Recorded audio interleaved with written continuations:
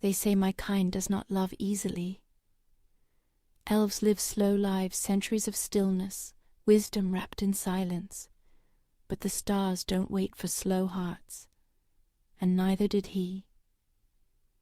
My name is Eleniah. I was born beneath a violet canopy, where the trees hum stories and the rivers remember every name. But I was restless, curious. I wanted to see what lay beyond the forest edge, so I left home not in rebellion, but in wonder. I joined the Interspecies Preservation Project. They sent me to a scarred planet humans once burned hollow, and now claim they wish to heal. The irony wasn't lost on me. I arrived in spring, or what passes for spring here. The soil still wept black in places, but green returned shyly. I was collecting moss samples near the old riverbed when I heard a voice. Low, warm, a little smug. "You're not one of ours," he said. I turned. He had eyes the color of dried honey and a crooked smile that spoke too freely. A human, alone. His name was Orion, like the constellation.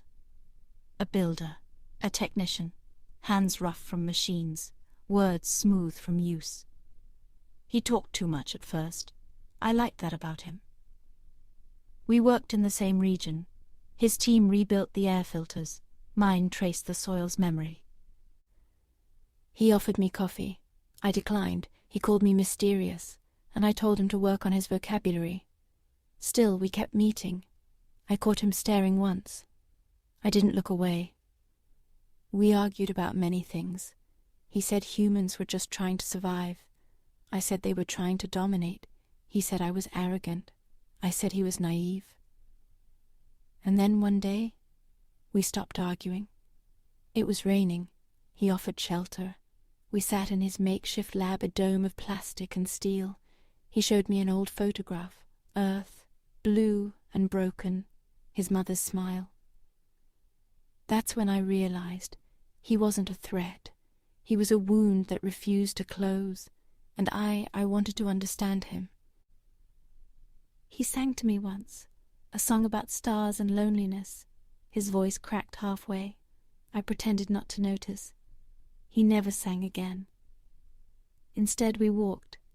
He taught me how to skip stones. I taught him how to listen to the moss. There was laughter, and silence, and touches that almost happened then didn't. I told myself it was temporary, that I couldn't love a man who would die while I still looked the same, that I wouldn't survive his absence. I lied.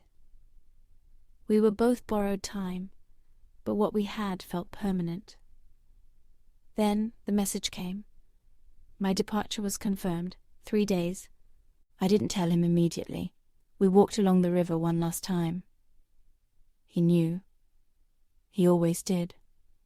He said, "You could stay," and smiled like it was a small thing. But it wasn't. I stared at him, at the lines in his face, at the fragile, burning spark of his existence. He was a moment, and I was eternity. But God's help me, I wanted that moment. I kissed him. I felt the world tilt. And then I left. I thought that was the end. But as I boarded the ship, I saw something. A figure running through the rain, breathless, mud-stained, holding a locket, his mother's photograph, for me. He reached me. I took it, trembling. "Don't forget me," he said. I told him I couldn't, even if I lived 1,000 more years. And then I stayed.